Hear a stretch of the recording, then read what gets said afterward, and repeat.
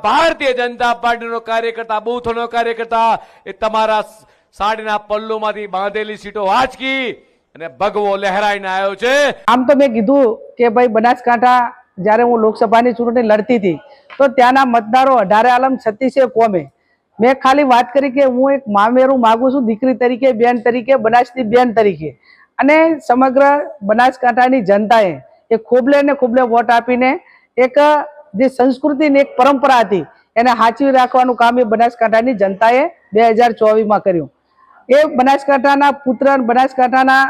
દીકરા તરીકે જ્યારે એ વાત કરે છે ત્યારે એ બનાસકાંઠાની જનતાનું એમને અપમાન કર્યું છે,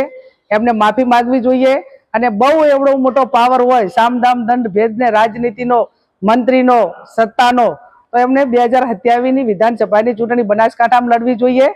અને હું પણ મારા મોવડી મંડળને વિનંતી કરીશ કે જ્યાં પણ જગદીશભાઈ વિશ્વકર્મા ચૂંટણી બનાસકાંઠામાં લડવા માંગતા હોય ત્યાં મને પણ ટિકિટ આપે,